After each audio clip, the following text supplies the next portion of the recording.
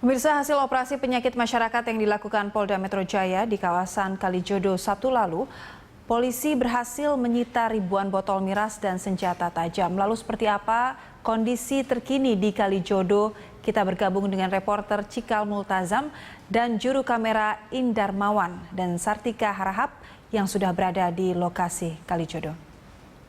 Cikal, bagaimana suasana di Kalijodo setelah polisi memasang garis polisi di sejumlah kafe di sana?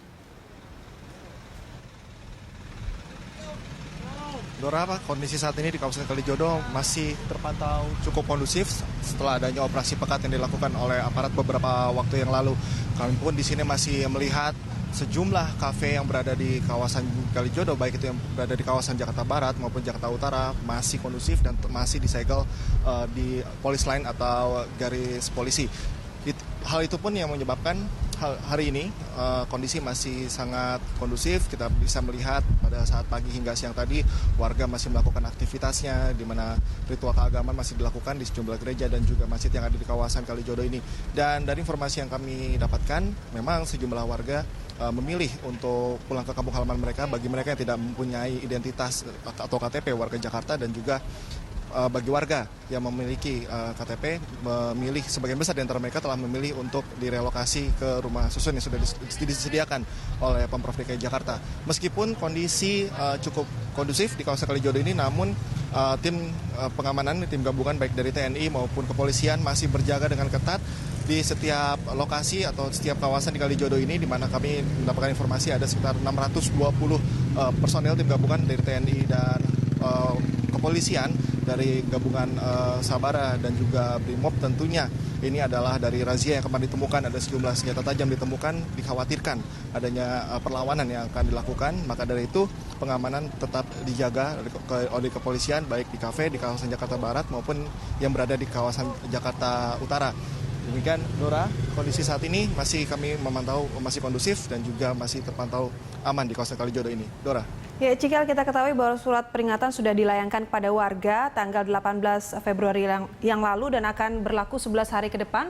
Artinya diperkirakan tanggal 29 akan ada pembongkaran. Apakah Anda memiliki informasi masih adakah warga yang belum mendaftar untuk kemudian pindah ke rumah susun, Cikal?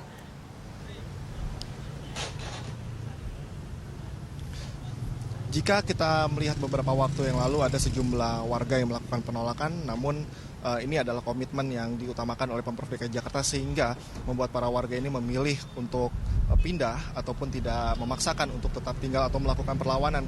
Bahkan dari Jakarta Barat saja, Dora, tercatat ada dari 120-an kepala keluarga sudah ada 116 yang memilih untuk direlokasi ke rusun. Bahkan sejak aktivitas pada malam hari banyak sekali warga yang memang dari daerah memilih untuk pulang ke kampung halamannya masing-masing.